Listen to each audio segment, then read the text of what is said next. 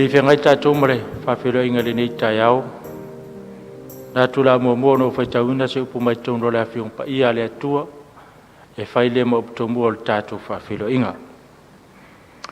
Tuso Isaia 5:8 o lona fai upu muamua e faapea lona faitauina. Fauta e leʻi faapuʻupuina le aao Iova ia lē mafaaola e leʻi tuli foʻi ona taliga ia lē mafaafofoga. Natu o le alofa ma le agalelei lea o le atua sa pola puipui ma pola malu i lo soifua mo le tatou ola. Afega iai tatou i malōloga i le pogisau ma vai atu. Lona alofa mo lona agalelei o lana puipuiga ma le alaveaiga lo tou soifua mo le tatou ola. Ai mai se le tutuli ona fafoga sa faafofoga i lau tatalo o le pogisau ma vai atu. Lea mawhaina mamoli mai lo soifua mo le tatou ola lenei Taeao. Natu le fiafia le agaga e faafeloai atu ma faatalofa atu i le tatou galuega aoao. Muamua ona o faafeloai atu le tatou auauga taʻitaʻi le suga iā pasta Wili Papu ae maise o le faatua iā Tiana ma le nofoalo. Ia le atua lenei Taeao fou e ulava na tatou le vaai le tino le mawhai ona tatou feiloaʻi faaletino. Au te loo faasaunia ma faia le atua lenei avanoa fai on tatou feiloaʻi ai luga o pega tafailagi molimoli atu ai i maota malawa i lenei Taeao le faafeloaʻiga i lenei Taeao i lausuga taʻitaʻi e fia le leagaga e faafeloai atu ma faatalofa atu lenei Taeao fou. Talo i le atua faafoloe le atua le soifua ma le ola o lausuga le taʻitaʻi ae maise o le faletua ma le nofoalo auā le tautuaina o lana feʻau ma lana galuega e ala le upu moni uvalaʻuina ai tatou.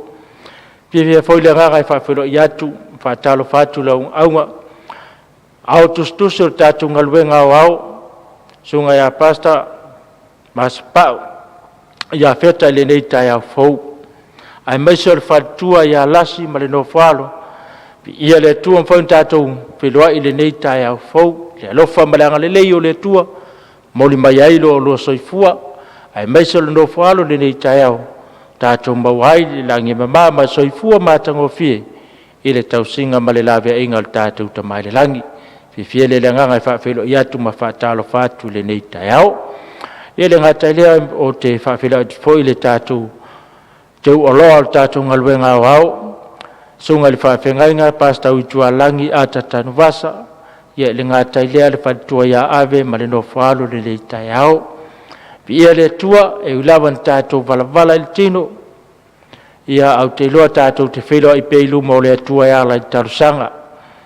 Taimi fau sa tatou mafutai ia vi ia le atua mawhaina moli atu le soifua ma le ola e le ngata i lau sunga le faafegaiga ma le faletua ia le nofoalo fai malanga atu lunga le ea lunga le vasa ma lunga le lau ele ia tatonu le faamoemoe ua taunuu ma le sauga le mu le faiga malanga.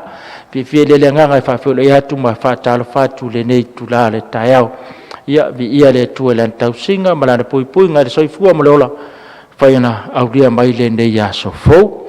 Ia le gatai lea o te fiafia e faafeloai atu ma faatalofa atu i suga i taʻitaʻi matagaluega taʻitasi mai lava i Amerika se ia paia Samoa fiafia le agaga te faafeloai atu ma faatalofa atu ae maise ona i o tou faletua ma nofoalo ia faafeloai atu lenei Taeao fou. Ia le gatai lea o suga i faafegaiga mo latou aiga ia le maave faamataifia o le tatou galuega mai lava i mautatele se ia paia maugaiti ia fiafia le agaga o te faafeloai atu ma faatalofa atu lenei tula Taeao. Ia faafeloai atu foʻi le tamā matua o le tatou galuega tamā faufautua iā sauaiga lenei Taeao ia fiafia le agaga e faafeloai atu ma faatalofa atu lenei Taeao ae maise o le faletua afai lava e ai se tasi ua misi atu le faafeloaiga lenei Taeao te iloa faafeloaʻi le agaga paia o le atua le malei fua mai i lenei Taeao fou fanuga lelei lana puipuiga ma lana laveaiga lo tou soifua mo le tatou ola ao tou taoto mo tatou momoe tou faga i le pogisau ma vai atu. Te lona te halala mai malau Leoleo Taeao lenei Taeao o le autu o lenei masinga e faautuina e faapea o le ola faapulaina Ale whengai tātou male, mabaenga le launga le nei Taeao, la puno mai lo wao lo whai al tātou te talo. Lo mātou tamai o le langi, vi ia lava oe lo mātou tua le nei Taeao fau. Pa te tele lava tamai lo lofa ma lo wanga le lei. O lau puipuinga ma lau lawe inga soifua ma leo la sio mātou teitai.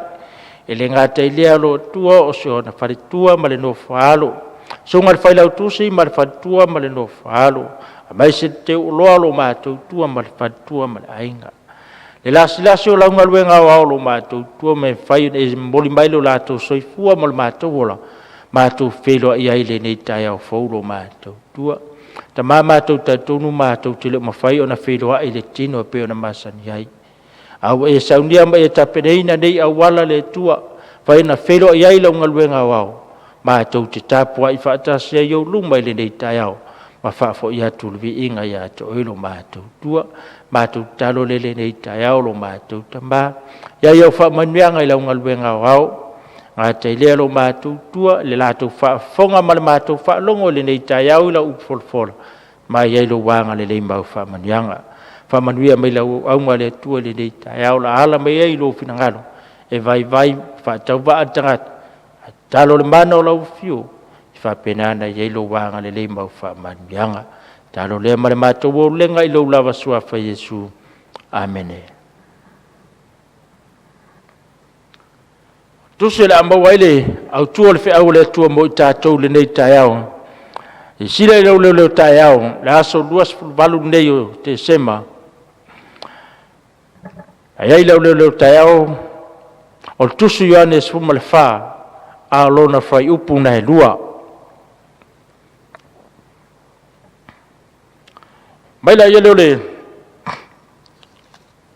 mau au tu le nei Taeao le whai upu na he lua. Mai e tele mena no whai o tōru maota o lo utamaa. Ana le ai. Mau o whai atu o te alu masauni se mena no whai o tōu. A whai whai o te alu masauni se mena no whai o tōu. O te toi sau. O te talia whai o tōu whaatasi maa. I le mea o te iaia. O le whai upo e lua e whai le maa au le nei Taeao. Ai fai tau el tusi le mta upu le sumal fa. E fa pelo na fa upunga o upu fa ma fana. Po upu fa ma vai a Yesu yo na so. A o ta penga masaungi le li fa ola e to e fo i le rangi.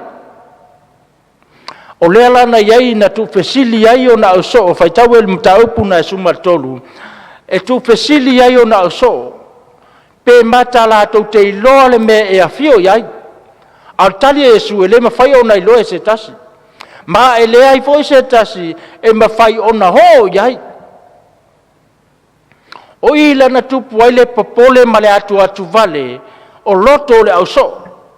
Ai sea, a wafoi o lato manatu mo lato la ngona la iai e te tau o le mea fio a Yesu e te tau foi o na lato wo iai malato. Alaua fetalai manino le li faola ya te lato. E le aise se o tou mai le aise tasi e mawhai o na halu. Pe muli le meo le ahalu iai. Le mele la fio iai le li faola. O le tupu la leo le atu vale ma le popolo le au soo. Le na tupu ai loa. E fina ngalo leo le li faola. E wha mawhana ya te lato. Pai tau ia le whai upu na mua. Pai merfe talainga Yesu, aua le atu vale o tau loto.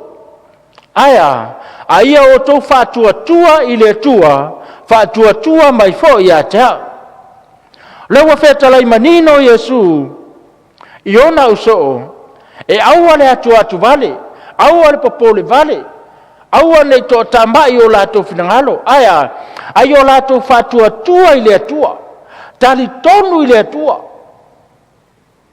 Fa moi le tua. Fa mele ia le fa unga le.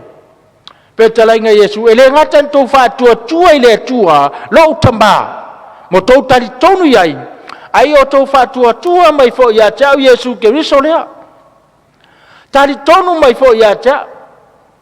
E a Yesu fa upu na lua.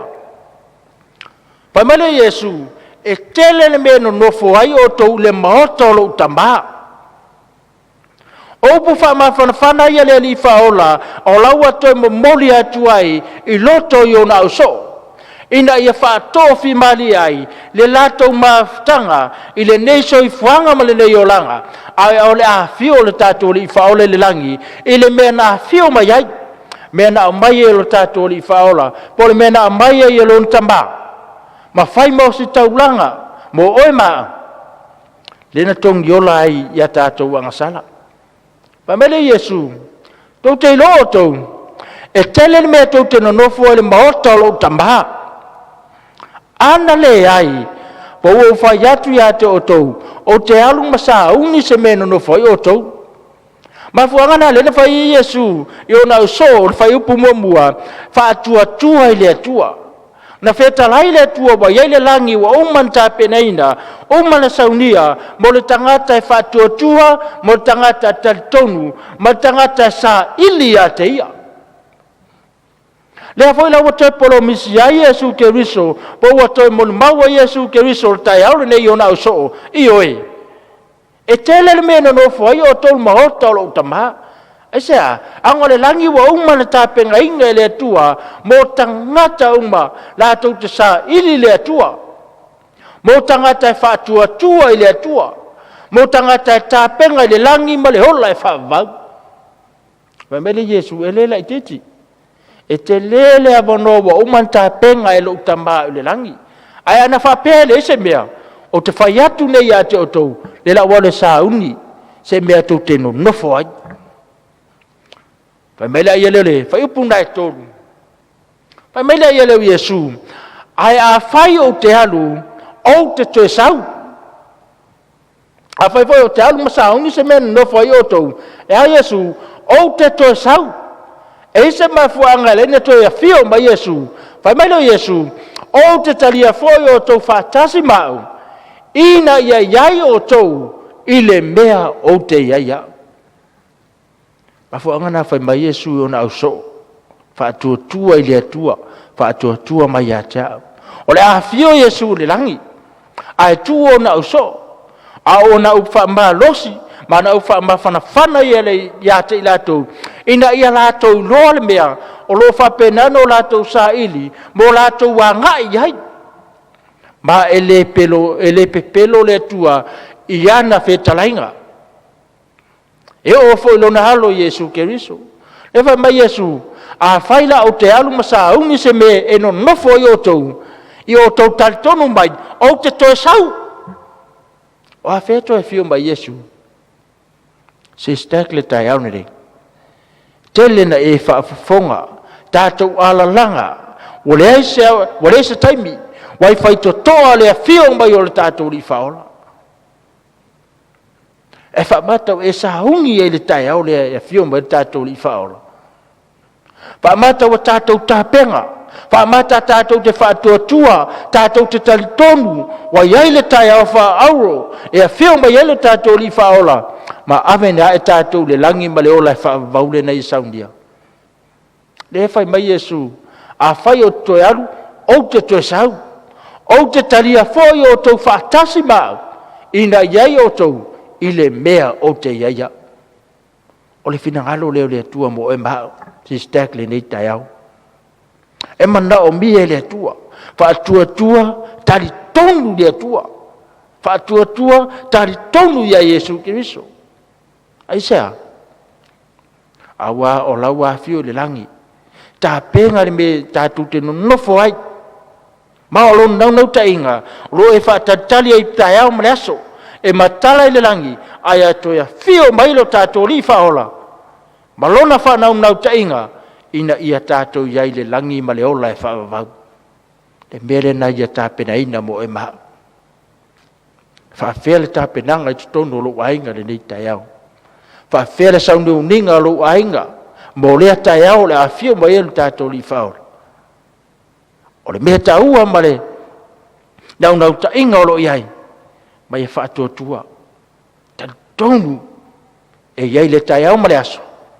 Tātou te whilo iai, mo le tātou li whaola. Whamanu I tele le atua le nei Taeao, Jiu te mawhaiva o le awhenga le tātou ngaluenga wao, ai maise, jiu te mawhaiva o tātou ainga teitas, ia le anga le leima wha manuianga le tua, lau whai al tātou te talo. Pafta tele lo mātou tua ilo whina manino le nei Taeao. Wai whetalai ala mai tonu lau wa whionga pa ia. Mātou te whātua tua mo mātou te tonu i lau wa whio. E iai lawa le Taeao wha auro e saunia, matalai le langi e whio mai. Ina ia tātou iai whaatasi ma lau whio le langi ma le ola e whaavau. Ta mātou te talo le nei Taeao. Ia whapenane ia tutoina le nei whatu, i o lātou whina mo mātou whamoemoe. Ta penga ai o mātou ainga le tua, mo le nā Taeao walata mai. Mātou te talo le nei Taeao lo mātou tua, ala usu fo ilo nuu fi au mahaluenga, mai se o lau ngaluenga wao, ta mātou te talo i lau fio, ta po au ina lo lātou soifua mo la lātou wola, fai malanga i lunga al tele vave, ai mai se o tonu o falfai ngaluenga, le aia e male foifo, ta mai iai lau pui nga malau lawe inga. Fa manuia ilo nuu le nei yaso atoa, i ule nei yaso ilo wolofa mo lo wanga le lei. Fa mangalo i mātou i mea o mātou se mo mātou wanga salai, i lo lava suafa Yesu ole matatalo atu nei. Amen.